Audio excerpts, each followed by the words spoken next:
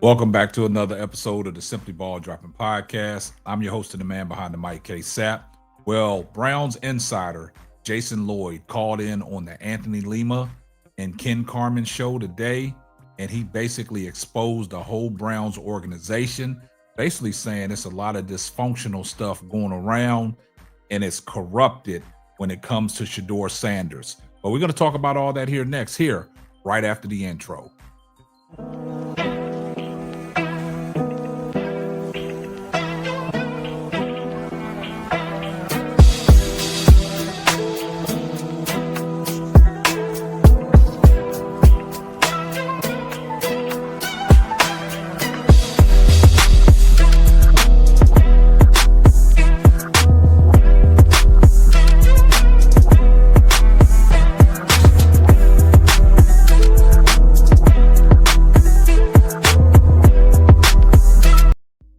Well, guys, man, I'm here to tell you, it seems like Browns Insider has exposed the Cleveland Browns organization, says it's dysfunctional, and is basically corrupted. And man, I'm here to tell you, he got some inside intel about what's going on behind closed doors. And he said it's way bigger than Shedeur Sanders. It's a lot of things that are coming out in the media from these insiders of the Cleveland Browns. They're coming out saying a lot of things that is supposed to be kept in-house, but they are bringing it out to the public. And they're letting people know that it's a lot of things going on that you don't see. And like I told you guys yesterday, I produced a video, was talking about Kevin Stefanski when he gave up the play calling duties to Tommy Rees. No, he didn't give up them play calling duties. Kevin Stefanski got fired from them play calling duties. That came down from upstairs from Jimmy Haslam and Andrew Berry. So don't make it seem that Kevin Stefanski just handed over the keys to Tommy Rees. He got fired from them duties because the offense has looked pedestrian for the first 7 games of the season. Now, going into the bye week, there was a lot of speculation. What was going on? Was Dylan Gabriel going to be the quarterback? But Kevin Stefanski put all that to bed right after the New England Patriots game going into the bye week, saying he is going to stick with Dylan Gabriel. He's going to trot Dylan Gabriel out there as his starting quarterback. Now, that New England game, it showed a lot because they said Shedeur Sanders was nursing a back injury. So they deactivated him, right? And they promoted Bailey Zappi to quarterback 2. Now, we haven't got no word yet that Shedeur Sanders is going to be ready to participate coming out of the bye week against the New York Jets. We haven't got no word because Shedeur did not practice yesterday.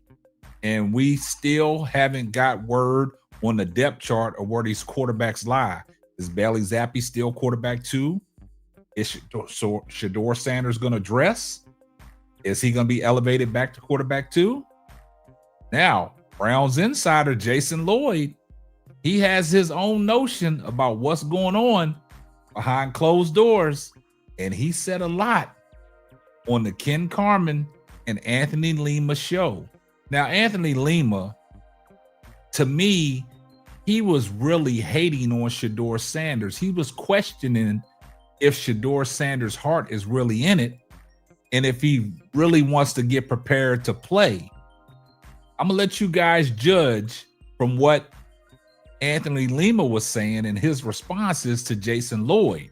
But before we get off into that, we partnered up with Underdog Fantasy, and this is a word from our sponsor. Underdog Fantasy is the best way to play fantasy sports. Let me tell you about the easiest way to get in on some WNBA and NBA action. Find your player, pick higher or lower, win you some extra cash. Pick between 2 to 5 players to fill out your pick'em entry, get every pick right, and win some serious cash. Use my promo code SBD23 and receive up to $1,000 in bonus cash. Now that it's football time, follow Simply Ball Dropping as I share my picks. Like I said, pick your player, choose your amount, win win money. Make picks, win cash. Thank you, Underdog Fantasy, for the partnership with us. And thank you for using promo code SBD23 on Underdog Fantasy. Well, guys, I'm here to tell you, man, Jason Lloyd, he just unleashed. He just exposed the whole organization for the dysfunction that's going on. And he said it seems like it's some corruption behind closed doors. So let's take a listen to what Jason Lloyd had to say when he called in on the Ken Carman and Anthony Lima show. Let's take a listen. Right now. So are we looking at the last week of Dillon Gabriel as the quarterback of the Browns? I don't know. I tend to say no, but I do think Shedeur is going to play at some point. I don't know that we're there yet. I just don't think that we are. I think that they're going to keep running Dillon out there, barring injury or total collapse and catastrophe. I mean, yeah, obviously it hasn't looked good, obviously.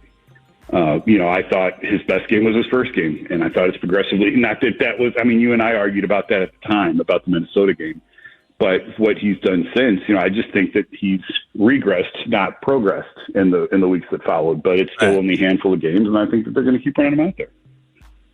Really? We got a lot of season left.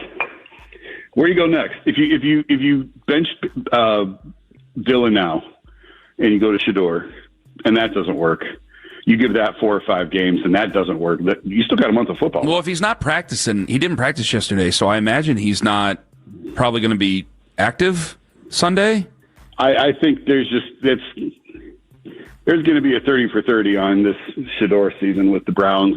What do you mean by that? What do you know? What do you know? What did you just walk into? You tell us what you know right now. No, I mean,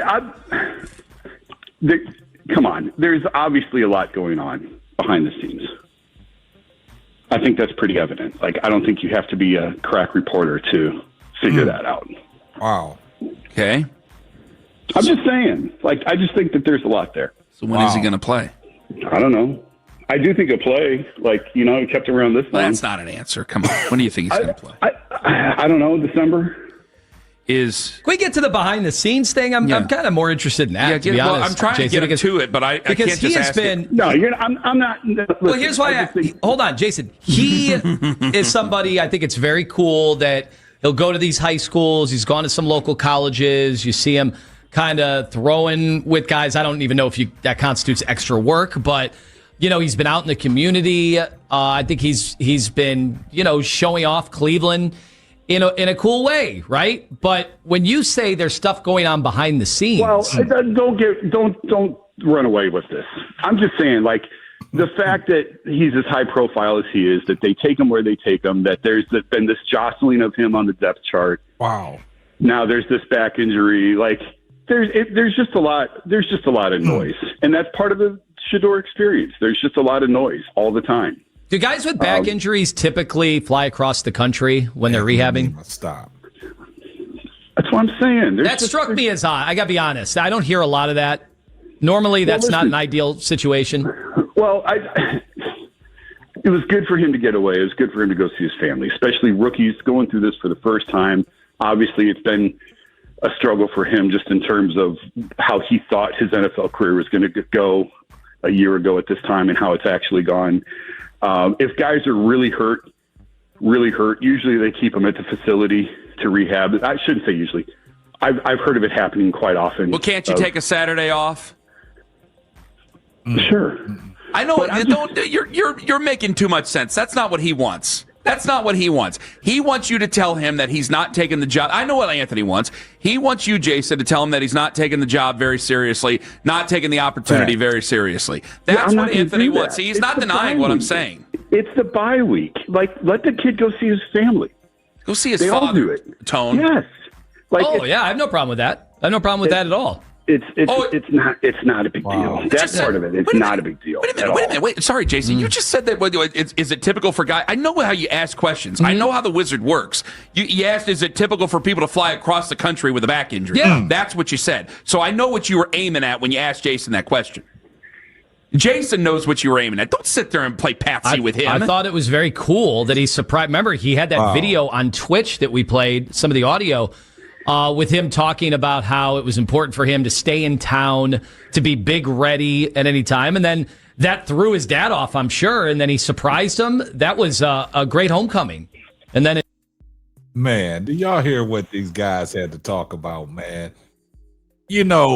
Anthony Lima never struck me to come across as a guy that was really against Shedeur and hating on Shedeur, but Ken called him out because he was trying to insinuate that Shedeur is not taking the opportunity serious, flying across country on his, on a bad back. Well, you got to understand something. Shedeur, it ain't like he's flying commercial.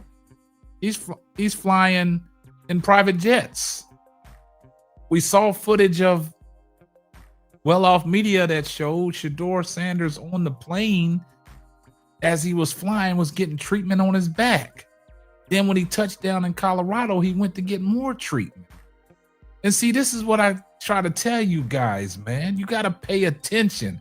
There's too much going on surrounded around Shedeur Sanders. And this is bigger than Shedeur Sanders, man. They want to deflect because what it is, they want to bring Shedeur in this every chance they can get to not see what's really going on. Kevin Stefanski just got fired from the offensive play calling. And you got to understand something. This has been 2 years in a row that he has relinquished the play calling duties. This is what I'm trying to tell you. Ken Dorsey, they got rid of Ken Dorsey. They brought Tommy Rees in as the offensive coordinator. Our offensive coordinator is the one that's supposed to call the offensive plays. And Kevin Stefanski had the offensive play calling duties. So what purpose does Tommy Rees serve? 2 years in a row, this has happened with Kevin Stefanski. This stuff is coming from up top. This is coming from Jimmy Haslam and Andrew Berry, and they trying to deflect. And see, they want to make everything about what Shedeur is doing. You heard what Anthony Lima did, but Jason Lloyd just exposed the whole organization. He got the inside scoop. There's some things going behind closed doors when it's coming surrounded around Shedeur Sanders. That's what I'm saying. They are trying to sabotage this young man. I'm telling you, keep your eyes open and pay attention. I see everybody down in the comments section, #salute. And if you're not subscribed to the channel, do me a favor. Hit the subscribe button, turn your post notifications on so you know every time Simply Ball drops another hot banger. Oh yeah, just in case I forgot. Tell a friend to tell a friend. It might not be for you, but it might be for them. And this is going to wrap up another episode of the Simply Ball Dropping Podcast. I'm your host and the man behind the mic, K-Sap. We're going to catch you on the next one. Deuces. Thanks for listening to the Simply Ball Dropping Podcast.